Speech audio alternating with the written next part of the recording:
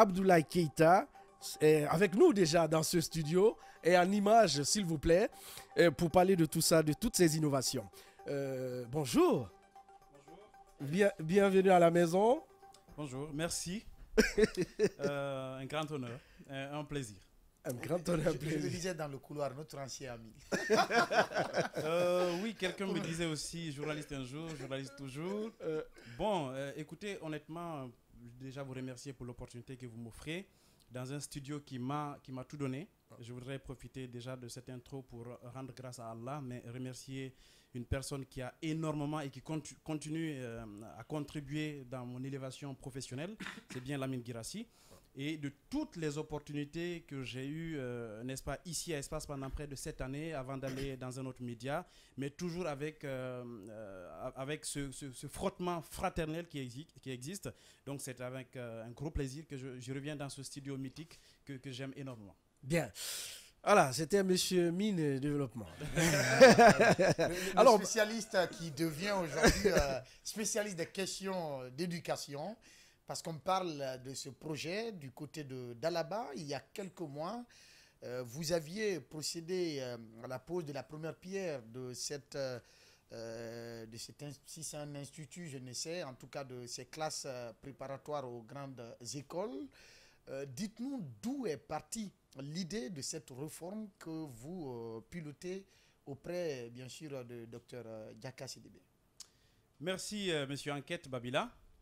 Je voudrais noter à votre attention que ce n'est pas un projet qui fait partie des initiatives de la nouvelle équipe. C'est un projet que nous avons trouvé en place, qui date de 2017, au temps du ministre Yero, à qui encore une nouvelle fois je rends hommage, n'est-ce pas, pour la vision d'antan.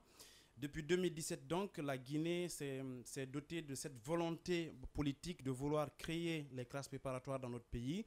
Et à cette époque-là, a réussi à signer une convention avec l'Institut Félix Houphouët-Boigny de Yamoussoukro, avec le lycée de Parc à Lyon et l'IX de Paris, qui se trouvent être des grosses écoles préparatoires dans le monde, pour pouvoir déjà démarrer en cette année 2017 à envoyer quelques premiers bacheliers, les meilleurs bacheliers, à l'issue de l'admission à un concours hyper sélectif dans ces différentes écoles. Et après ces classes préparatoires qui constituent, si vous voulez, une formation post-baccalauréat de 2 ans, les préparant à un autre concours encore plus sélectif et exigeant pour accéder aux grandes écoles du monde entier.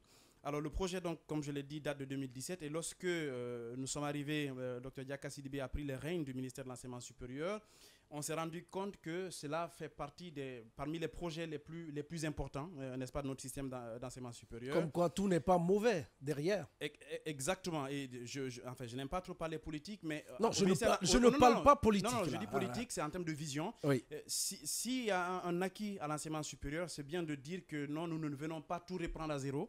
Il y a des acquis sur lesquels nous nous basons pour aller vers des réformes. Et il y a de nouvelles innovations également que nous portons en tant que nouvelle équipe de direction. C'est un peu ça le management à l'enseignement supérieur. Et donc ce projet fait partie des projets qui existaient et pour lequel projet la ministre elle a mis un doigt d'honneur pour dire qu'il faut qu'il aboutisse.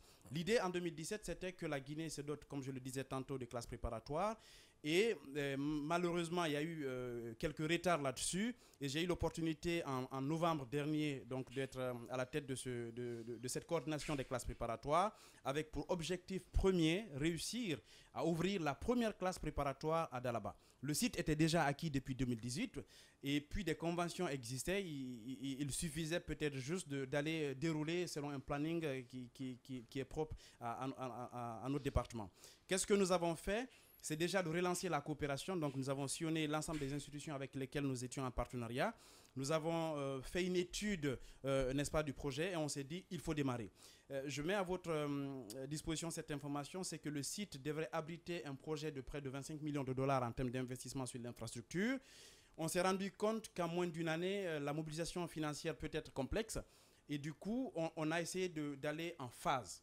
La première phase du projet, on a donc redimensionné le projet en phase d'urgence. C'est cette phase que nous démarrons avec le choix d'une filière MPSI, mathématiques, physique, sciences de l'ingénieur.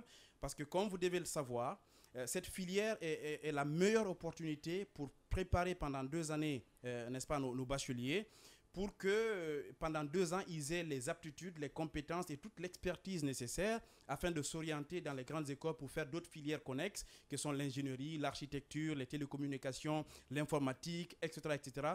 Toutes les filières, somme toute, qui permettent de participer au développement national. Et donc, voici le projet. Est-ce que cela veut dire... non, le dernier. Voilà, merci.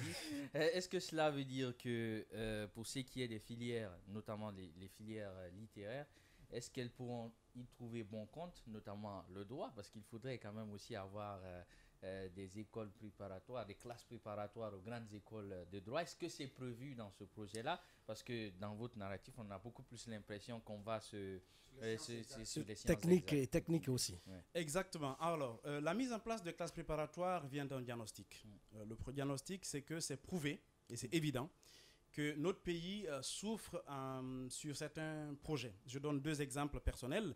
Quand vous prenez les travaux publics en Guinée, aujourd'hui, vous convenez avec moi qu'il y a des chantiers, lorsqu'ils finissent, au bout de 3 années, l'État est obligé de reprendre parce que nous n'avons pas peut-être l'expertise nécessaire en Guinée pour pouvoir qualifier ce volet de développement. Quand je prends l'énergie, quand je prends l'eau potable, etc., nous avons un problème en termes de développement qui, les autorités d'alors ont estimé utile qu'en termes de priorité, il faut renforcer l'excellence au niveau de la formation, donc les filières techniques en ont été la priorité. Et pour répondre à votre question, nous ambitionnons les 2 prochaines années aller vers ces classes préparatoires parce qu'effectivement, il y a des classes préparatoires littéraires, il y a des classes préparatoires donc économiques, il y a des classes préparatoires scientifiques. La Guinée part dans ce premier package, avec d'ailleurs qui est plus compliqué en termes de financement, vers les classes préparatoires scientifiques, donc mathématiques, physique, sciences de l'ingénieur.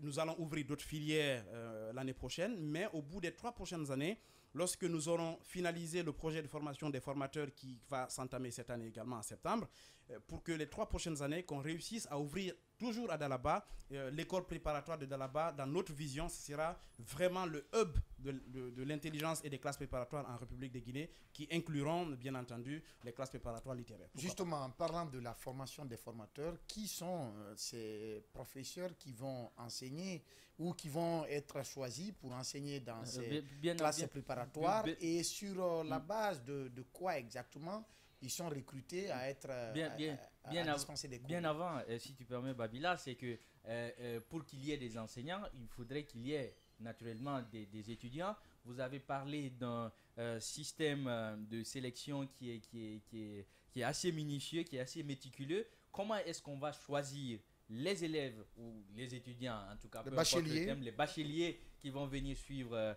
ces cours-là? Et naturellement, un peu pour embrayer avec la question que Babila posait. Est-ce qu'il y a un nombre limité pour ça? Très bien, très belle question. Oui, la première réponse, c'est que le concours, il est organisé par l'Institut Félix Houphouët-Boigny de Yamoussoukro, avec qui nous avons une convention. Nous allons continuer à envoyer des bacheliers en Côte d'Ivoire parce que vraiment, les classes préparatoires de Yamoussoukro que j'ai visitées est une excellente opportunité pour les fils de Guinée.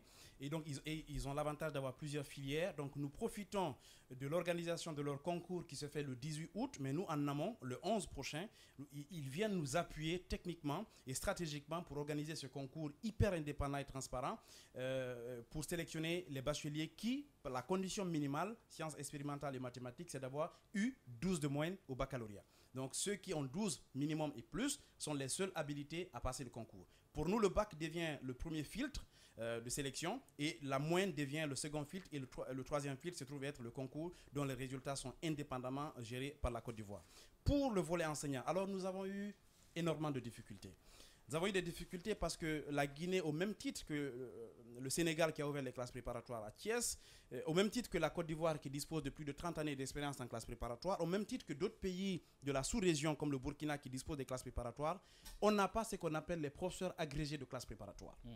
Donc, on n'a pas d'enseignants guinéens que nous savons jusqu'à l'instant. Franchement, je profite de l'opportunité pour lancer un appel à la diaspora guinéenne qui se trouve être détenteur d'un professorat de classe préparatoire, d'une agrégation de classe préparatoire. C'est le ministère leur ouvre la porte. Ce que nous avons fait, c'est comme ces pays que j'ai cités tantôt, c'est d'ouvrir un appel à l'international. Nous avons fait des appels, mais convenez avec moi que la Guinée, avec les conditions que nous traversons aujourd'hui, n'est pas forcément un pays qui pourrait attirer, et surtout que le projet se trouve être à l'intérieur du pays. Première question qu'on vous pose, est-ce que Conakry, Dalaba, il y a la route d'accès pour des expatriés qui pourraient venir? Donc on a suffisamment de difficultés Et grâce à la coopération, parce que c'est un volet important de notre, encouragé par le Dr Diaka Sidibé, c'est d'aller vers la coopération. Et donc, grâce à l'appui de Thiès, donc du Sénégal, on a utilisé des résultats de leur concours de sélection des enseignants pour prendre parmi les meilleurs 2 enseignants tunisiens qui sont agrégés des classes préparatoires, qui ont accepté volontiers de partager la nouvelle aventure avec la Guinée pour cette année. Ils viendront une semaine avant la rentrée des classes préparatoires pour être des professeurs agrégés de là-bas. En plus des mathématiques donc, et de physique qui se trouvent être les matières les plus compliquées, on aura des attachés de laboratoire. On a déjà une enseignante guinéenne pour laquelle on a financé sa formation, son immersion en France pour 5 semaines. Elle a donc, je m'excuse, réussi à avoir des aptitudes pour être attachée de laboratoire parce qu'il y a la formation théorique et celle pratique.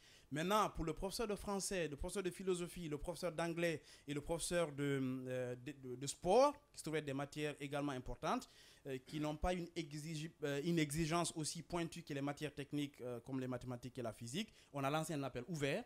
Encore l'appel, il est disponible sur la page du ministère et sur plusieurs médias. Et nous avons reçu plusieurs dossiers. Une commission d'évaluation sera mise sur place. Et à l'issue des travaux de laquelle commission, nous allons sélectionner les enseignants qui vont participer à cette formation. Donc nous avons été hyper regardants. Sur la dernière question, si vous permettez, sur le nombre, il y a un maximum de 40 étudiants que nous allons pouvoir sélectionner. 40 parce que le standard c'est 46 à 50 ailleurs dans les autres pays, mais en fonction de l'infrastructure que nous avons à disposition, nous avons dit au maximum 40. Mais attention, si le concours est organisé le 11, les résultats 5 jours après sont disponibles. S'il n'y a que 2 qui ont la moyenne ou 3, ce sont les 2 ou les 3 qui iront à Dalaba. D'accord. La question. Oui, la question, rapidement. Je pense qu'on a perdu un préalable. Il y a un préalable qu'on n'a pas touché avant même d'aborder toutes ces questions-là. C'est quoi une classe préparatoire ou les classes préparatoires aux grandes écoles? Parce que pour le grand public, ça peut être quelque chose de nouveau, contrairement en Côte d'Ivoire ou au Sénégal où c'est quand même pratique. Oui, je vous fais l'anecdote. Le premier du baccalauréat cette année, sciences mathématiques, je pense qu'il a fait son baccalauréat en région forestière, Saint-Jean, a été orienté dans une classe préparatoire au Maroc, voyez-vous.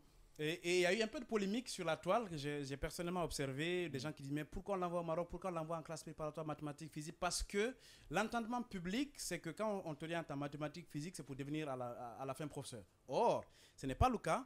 Il vous souviendra de l'existence de l'EPI à l'époque à Kindia, un tronc commun. Donc les classes préparatoires aux grandes écoles est un cycle de l'enseignement supérieur, donc post-baccalauréat, qui se trouve être le meilleur outil de formation d'élite avec des matières hyper sélectives, n'est-ce pas, pointues, qui préparent donc les élèves à passer les concours pour accéder aux meilleures écoles techniques, technologiques, scientifiques et pour le cas littéraire, peut-être littéraire. Donc c'est un cycle dédié aux classes préparatoires particulier parce que c'est un cycle qui ne donne pas de diplôme. Après 2 années, lorsque vous entrez en classe préparatoire, vous n'avez pas un diplôme. Vous avez une année intense de formation et une deuxième année intense de formation théorique et pratique. Mais vous avez toutes les aptitudes et les compétences qui vous permettent d'intégrer, si vous voulez, l'ISO, pour citer l'architecture, l'urbanisme, l'habitat, l'ingénierie informatique, les miages, les télécommunications, vraiment toutes les filières de développement technique et technologique. Voici la préparation. Mais si vous faites les classes préparatoires, je le disais, vous n'avez pas de diplôme au bout de 2 ans, l'école qui vous forme évalue votre niveau en 2e année. Parce qu'on ne redouble pas en 2e année. Lorsqu'on évalue votre niveau, on vous dit vous êtes apte à passer un concours qui est payant dans les grandes écoles européennes, pour ne citer que celle-là. Lorsque vous passez le concours, il n'est pas garanti que vous réussissez le concours parce qu'il n'est pas organisé d'ailleurs par nous. Si vous échouez à ce concours, vous pouvez faire 2 ou 3 concours. Si vous échouez à ces concours, vous avez automatiquement la possibilité d'être réversé dans une université technique de votre choix en Guinée, niveau 3e année. Parce que votre formation de 2 ans, en réalité, dans les pays où les classes prépa ont été super rodées, lorsque vous finissez les 2 années, vous avez le droit d'avoir un diplôme de licence. Parce que votre formation, elle est hyper pointue. Vous avez, j'ai envie de dire, plus de niveau que ceux qui ont fini même la licence. D'accord. Ce qui m'amène... Voilà, on va la laisser. Les femmes d'abord. Alors, vous-même, vous avez mentionné tout de suite, Dalaba, c'est un peu loin. Vous avez eu à contacter, par exemple, des partenaires qui vous ont fait cas. qu'est-ce qui a amené justement le choix de Dalaba? Et vous venez de nous apprendre également, après 2 ans de formation, il n'y a pas de diplôme. Est-ce qu'il n'y a pas au moins une attestation qui certifie, lorsque ces étudiants-là doivent se rendre à l'étranger pour ce concours-là, qui certifie justement qu'ils ont suivi ces formations de 2 ans? Oui, ou bien... Pour enchérir avec la question de Aoulatou, on sait que les enseignants qui vont venir seront pris en charge, mais qu'en est-il de ces élèves ou du moins de ces étudiants qui seront inscrits dans cette école? Parce qu'en réalité, ils viendront des 4 coins de la Guinée. Chez eux, ce n'est pas d'Alaba. Est-ce qu'ils seront pris en charge? Puisque le nombre est connu déjà, 40. L'idée, c'est d'aller à plus l'année prochaine parce qu'on aura la 2e année et un nouveau recrutement et on ouvrira d'autres filières. La particularité des classes préparatoires, c'est effectivement ces conditions de vie et de travail. Dalaba, le choix, pour répondre à la question des Aoulatou, c'est quand même la Suisse de la Guinée, si je puis me permettre. C'est vraiment un climat idéal qui permet à des élèves d'avoir vraiment des conditions d'apprentissage. Les Zélékouri, c'est beau aussi. Non, hein. ça, je suis d'accord. Et je dirais que Dalaba, Zélékouri aussi, c'est beau quand même. Tu n'as pas ici à Dalaba, Emma, c'est pourquoi tu le dis. Sur les 33 préfectures de la Guinée, il n'y a que 3 ou 4 que je ne connaisse pas encore. Je connais bien Zélékouri, mais Dalaba est vraiment idéal. Et je profite de l'occasion pour féliciter les fils de Dalaba. Parce que le site de 52 hectares qui a été mis à disposition du département depuis 2017 a été un octroi gratuit. Parce que cette population a compris l'avantage de ce projet. Et donc les conditions... C'est vrai, il faut les remercier, mais au-delà, comme on aime à le dire, pour des projets d'utilité publique, la terre, l'État peut bien s'en approprier. Vous savez, venant du secteur des mines, vous savez les difficultés parfois d'octroi des terres. On ne va pas rentrer dans ce détail. Donnez-moi le privilège de remercier la population de là-bas.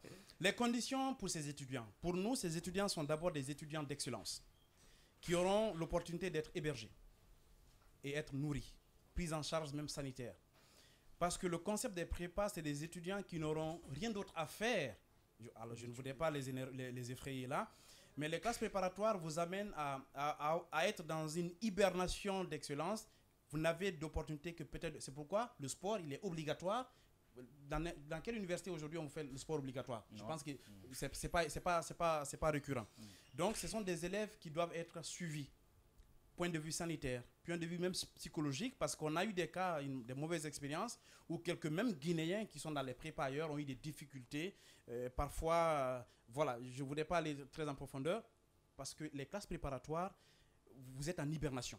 L'intensité de la formation, le suivi pédagogique accru qu'il y a et l'exigence du résultat, certains stress, ça vous stresse mais énormément du point de vue où on est obligé de vous faire un suivi rapproché et de vous amener au moins une fois dans la semaine avec un technicien professionnel de sport, de vous amener à faire le sport et d'éviter le stress et bien entendu être logé, nourri.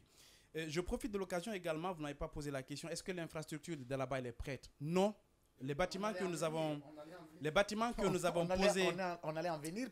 J'anticipe sur l'enquêteur. D'accord. Oui, parce que j'ai suivi justement la pause. Exactement, on a suivi la pause de la première pierre au moment où nous étions même sur un dossier d'enquête au niveau du département et c'est vous qui avez conduit la mission. De ce côté, la question allait se poser... Est-ce que l'infrastructure est aujourd'hui disponibilisée? Est-ce que toutes les commodités ça fait quand même 2 mois que la pierre a été posée. Prétendre à ouvrir l'école au mois de septembre? Très bien, merci pour la date. La pose de la première pierre, c'était le 22 mai dernier. Donc nous sommes à 2 mois. Et pour des contrats de 6 mois d'exécution. Ça veut dire que si nous allons au bout et si tout est respecté dans le cahier de charge et que les entreprises soient efficientes, les entreprises pour la plupart guinéennes, nous allons finir réceptionner les bâtiments en décembre. Or, le programme des classes préparatoires est un programme, si vous voulez, français adapté. Parce que le concours auquel ces étudiants vont être amenés à passer, c'est un concours international. Donc, il faille qu'ils aient eu l'opportunité de suivre le même programme. Et le programme là exige l'ouverture en tout cas les 10 premiers jours du mois de septembre. Donc, nous n'avons pas le temps. Mais la ministre, elle a été très au bain de l'instruction parce que je vous rappelle également, c'est en février dernier que le chef de l'État, lors d'un conseil de ministres, a instruit au ministre actuel de l'Éducation, notamment à la ministre de l'Enseignement supérieur, à faire des classes préparatoires une priorité. Et d'ailleurs, dont l'ouverture fait partie vraiment de sa lettre de mission. Et donc, nous avons trouvé une alternative avec l'Institut de Dalaba, Et grâce à l'investissement qu'il y a eu depuis quelques années, la mise à disposition d'un bloc pédagogique énorme, l'Institut de Dalaba a pu nous donner un autre bloc qui est en train d'être totalement finalisé dans les 10 prochains jours là, et pour que l'Institut de Dalaba accueille la première promotion d'une classe.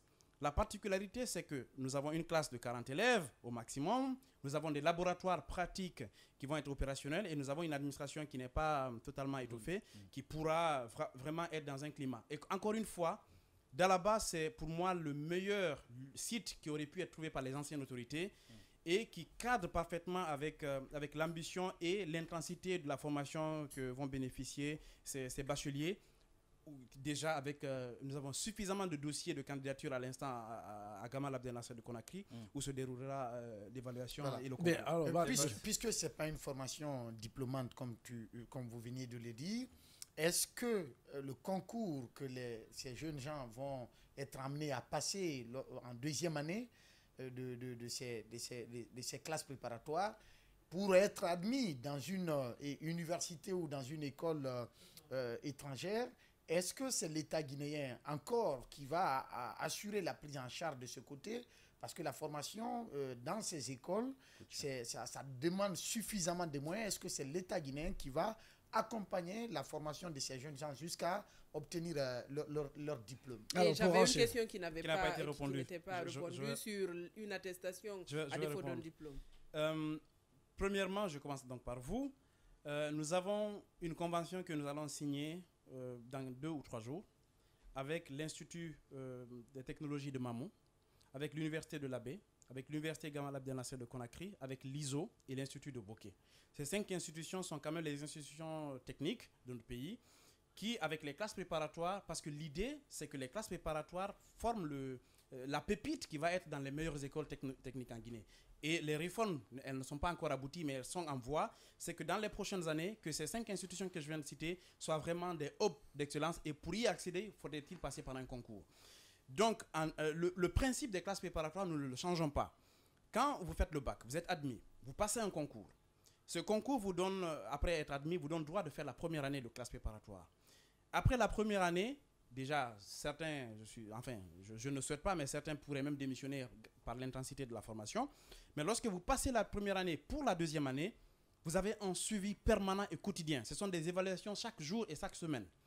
Lorsque vous passez donc le concours, en fin d'année, avant de passer les concours qui sont d'ailleurs payants, pris en charge par l'État, vous avez une validation, une espèce de certificat d'aptitude qui vous permet de passer les concours. Ce concours vous dit, vous, en deuxième année, vous êtes apte à passer un concours, vous passez le concours. Cette certification interne de l'école ne vous donne pas garantie de valider un concours. Et vous avez le droit de passer 1, 2 ou 3 concours en fonction de votre niveau. Et d'ailleurs, très souvent, de la première année en deuxième année, on fait une classe deuxième année étoile pour les plus brillants qui ciblent les meilleures écoles. En Guinée, on n'a eu qu'un seul étudiant, Amadou Sako, qui il y a 3 années, a accédé à l'X de Paris, la plus grande école polytechnique française, pour ne pas dire européenne. Et donc, si vous avez ce certificat d'aptitude, vous passez les concours. Si vous échouez à tous les concours, vous avez droit, de facto, grâce à cette validation et aux conventions que nous signons, cette passerelle que nous validons, vous accédez directement en 3e année d'une université technique, parce que vous faites les classes préparatoires pour aller soit faire l'architecture, soit faire l'ingénierie, soit faire les mines, soit faire, l'informatique, le nuage. Et ces institutions que je viens de citer sont celles en Guinée disponibles pour le faire. Donc, de facto, l'État vous donne droit, avec toujours votre prise en charge entière, pour accéder en 3e année. Maintenant, lorsque vous passez le concours, vous allez dans les pays n'importe lequel, en fonction de votre concours, vous êtes entièrement pris en charge comme un étudiant boursier guinéen et un boursier d'excellence. D'accord. Alors, venons-en à cet autre aspect. Cette année, il y a des boursiers parmi ceux-là qui sont en train même de candidater pour être admis dans ces classes préparatoires. Il y en a parmi eux qui sont déjà sur la liste des boursiers d'État pour aller étudier dans certains pays, qui ne sont même pas tous d'accord. Certains au Maroc, d'autres peut-être dans d'autres pays. Est-ce que s'il arrivait, comme vous venez de le dire, qu'ils échouent, n'est-ce pas, en 2e année au concours, et que l'État prenait le soin de les reverser dans d'autres institutions d'enseignement supérieur à l'interne, alors que certains même avaient renoncé à leur bourse d'études qui pouvaient les conduire dans d'autres pays, comment tout cela va être géré? D'abord, l'idée des classes prépa en Afrique de l'Ouest sort d'un constat évident que la meilleure opportunité pour travailler et servir le pays, c'est de former les ressources humaines en Guinée ou en local. Sauf que nos pays ne se sont pas forcément dotés des moyens qu'il faut pour amener des formations d'excellence et d'élite. Nos universités en font foi. Je suis de l'université guinéenne comme vous autres. Vous savez la réalité de nos universités. Donc pour amener un changement d'excellence, c'est vraiment des étapes et nous espérons participer ou jeter les bases de ce changement-là. Il y a des étudiants qui sont boursiers. On a eu un cas il y a 2 ans qui était boursier d'office de l'État guinéen parce qu'il était parmi les meilleurs au bac, qui a voulu par rêve, par conviction, parce qu'il a appris les classes prépa et il rêvait faire une école en Europe, une grande école, et dont le seul accès, il faut passer par les classes préparatoires. Il a renoncé à sa bourse, il a candidaté au concours, il a été admis, il est passé par l'Institut Félix Houphouët-Boigny de Yamoussoukro pendant les 2 années. Il a fait le concours pour accéder à une grande école en France. Aujourd'hui, il continue son parcours. Ceci étant, vous êtes déjà en ayant le bac, vous êtes boursier d'office. En choisissant votre filière ou votre parcours, ceux qui sont orientés de plein droit, et franchement, vous avez vu le travail impeccable fait par le SNAB aujourd'hui pour orienter de façon transparente avec Attention, non, je ne partons pas sur... Non, s'il vous plaît. Sur ce terrain, vous en avez le droit. Franchement. Je disais donc que les places qui ont été octroyées, il y a eu un travail sérieux qui a été fait pour orienter ces bacheliers. Certains parmi eux, je vous le dis, personnellement m'ont appelé pour dire attention, moi je ne souhaite pas par exemple aller au Maroc pour X raisons, je souhaite faire le concours des classes préparatoires. Qu'en est-il? Viens faire le concours, parce que le fait que tu sois même premier du bac ne te donne pas forcément une admissibilité au concours. Ouais. Donc c'est un autre test qui est fait. Donc lorsque tu valides le concours, tu as le choix. Soit d'aller au Maroc, tu deviens boursier d'État pour le Maroc, soit tu deviens boursier des classes préparatoires que le projet de l'enseignement supérieur gère. Tu vas soit à Dadaba, soit à l'Institut Houphouët-Boigny de Yamoussoukro. Nous ferons le dispatching en fonction de la filière et du programme professionnel voulu. Alors sur le concours qui va se tenir dans les prochains jours, sur quoi ils seront notés et à quand les résultats? Parce qu'il faut quand même... Ça permet d'avoir une certaine transparence. C'est toujours que très souvent, lorsque la publication des résultats tire en long, c'est qu'on profite d'insérer certaines personnes qui parfois ne participent même pas au concours, mais se retrouvent admis. Pour les classes préparatoires, ce n'est pas possible d'insérer. Pourquoi? Parce qu'il y a un critère extrêmement important que je voudrais mettre à votre connaissance.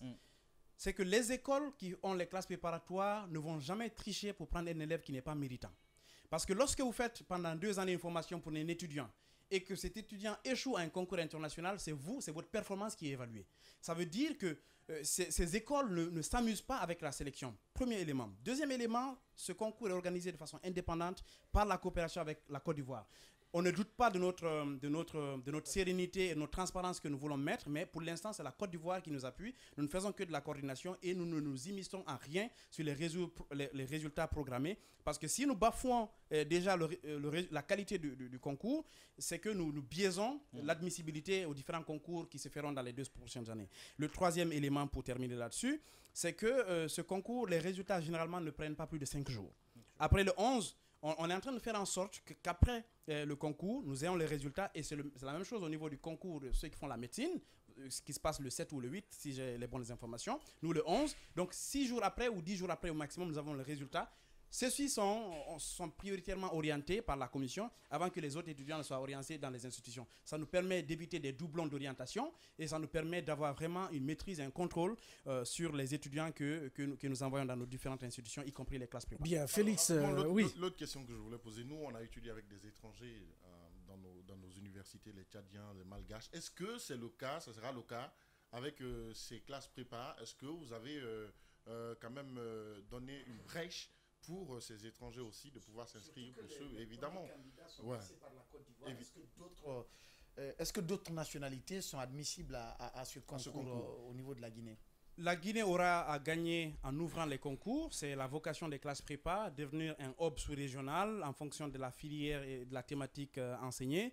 Et effectivement, nous ouvrirons le concours aux nationalités diverses qui viendront. Cela fait partie, si vous voulez, des critères d'évaluation de la performance du prépa. Mais cette année, exceptionnellement, le concours même doit être organisé par la Guinée. C'est un concours national qui sera pris par arrêté ministériel pour fixer les concours et les conditions. Mais puisque nous sommes dans la première phase de ce projet et nous jouissons de l'avantage d'avoir des conventions avec des institutions comme l'Institut Félix Houphouët-Boigny, Yamoussoukro, pour l'instant, nous passons par cette institution-là. Nous travaillerons courant toute cette année pour que nous ayons une décision en arrêté qui fixerait les conditions d'un concours. Et à ce moment-là, nous ouvrirons le concours à l'international parce que seul ce moyen-là permettrait d'ouvrir la brèche au prépa et pouvoir avoir des ressources financières parce que là nous payons des fonds pour nos bacheliers à Côte d'Ivoire. Nous aurons aussi les possibilités d'avoir des fonds pour notre pays à travers les prépas de Dalaba. Puisqu'on parle des étudiants, peut-être loin de cette question, est-ce que le département aujourd'hui a un regard sur la situation des boursiers d'État dans les différents pays, puisque vous parliez tout à l'heure du SNAB, qui est d'ailleurs décrié, est-ce que le département, au niveau du cabinet de Madame la ministre, essaye vraiment de bousculer un peu du côté du SNAB pour que ces étudiants qui pleurent aujourd'hui dans les différents pays puissent entrer en possession de leur bourse? Bon, je ne sais pas, je m'arroge le droit personnel de tenter, pas une réponse, mais de donner juste un avis là-dessus. Pour avoir bénéficié ou avoir eu l'opportunité d'accompagner Madame la ministre dans plusieurs pays lors des différentes missions depuis notre arrivée au ministère de l'Enseignement supérieur, nous avons plusieurs fois été interpellés par des boursiers guinéens au Sénégal, en Arabie Saoudite récemment. Pas plus qu'hier, on a reçu une association d'étudiants guinéens en Arabie Saoudite, précisément à Médine. Nous sommes à longueur de journée, parfois interpellés, ou on demande à Madame la ministre. Mais il faut bien que les gens sachent le rôle de chaque institution et de chaque département. Le SNAB relève de la présidence de la République, est la seule institution qui gère les boursiers, n'est-ce pas, guinéens à l'extérieur. Maintenant, la ministre elle-même est une ancienne boursière de notre pays, une ancienne étudiante, je veux dire, à l'extérieur du pays. Donc, parfois, par responsabilité morale et parce qu'étant ministre de l'Enseignement supérieur, pas gestion directe de ces projets, mais chaque fois qu'il y a eu des diligences ou, n'est-ce pas, ou des sollicitations particulières, je suis certain, je le dis en assumant, que Madame la ministre est toujours intervenue. Maintenant, pour le paiement des bourses ou des revendications particulières, vous savez, bon, j'étais journaliste également. Parfois, ce sont des questions qui m'intéressaient particulièrement pour des boursiers. Ou même, moi, j'ai un petit frère qui a été boursier d'État. Je sais combien il a galéré en Algérie. Ce sont des questions qui sont évidentes et des questions sur lesquelles aujourd'hui, le SNAB, encore une fois, loin de tout ce qu'on peut amener comme préjugés, est en train de faire un travail extraordinaire de transparence là-dessus pour que les conditions de vie des étudiants boursiers de Guinée à l'extérieur soient... Et le dernier point là-dessus, vous vous souvenez, le dernier décret pris par le chef de l'État qui a permis de revaloriser, de doubler la bourse de ces Guinéens-là à l'extérieur. Quoique ce n'est pas suffisant, mais c'est un premier pas. Alors pour faire la part des choses, vous avez parlé de prise en charge de ces nouveaux candidats. De quoi est-il composé? Ou est-elle composée? Alors, cette prise en charge sera composée d'une bourse d'excellence. Allez-y, je vous renvoie au décret du chef de l'État qui vous donne les conditions de la bourse d'excellence. Mais en plus, il bénéficie, contrairement à plusieurs étudiants, même ceux que nous envoyons parfois en France ailleurs, d'une prise en charge en termes d'hébergement et de nourriture. Et au-delà, de prise en charge sanitaire. Donc, tout ça sont des bourses. On appelle ça bourse parce que cela participe vraiment aux conditions de vie et de travail de ces étudiants-là. Donc, en plus de leur bourse ordinaire classique, revalorisée, ils auront, pour les classes préparatoires, un hébergement et la nourriture prise en charge. Donc, totalement différent. Totalement différent. D'accord. Merci beaucoup d'être passé. On espère que la suite, comme vous l'avez dit, vous allez en crescendo. À chaque année, il y aura d'autres filières, d'autres candidatures qui seront ouvertes. Voilà. Si j'ai une seconde, c'est de lancer un appel aux bacheliers de Guinée. On a déjà reçu plusieurs sollicitations. Certains étudiants ont des difficultés parce que parfois n'ont pas accès à leur relevé du baccalauréat et les résultats qui sont exigés pour participer au concours. Nous avons mis une commission à Gamal qui est là tous les jours, qui vous aide et qui vous facilite, n'est-ce pas, les démarches. Et ceux de l'intérieur? Ceux de l'intérieur viennent. Justement, c'est un peu compliqué. L'année prochaine, je suis certain que nous arriverons à digitaliser le concours. Mais cette année, ceux qui veulent faire le concours, certains déjà viennent de l'intérieur parce ils veulent faire les classes préparatoires. Ils en savent l'importance et la pertinence. Ils savent que c'est la seule voie qui les amène vers les grandes écoles du monde. Ils sont déjà à Conakry. déposent les candidatures et des dossiers manquants, nous participons avec eux à formaliser tout cela pour que le concours se passe dans les meilleures conditions. Et vous remercions d'avance.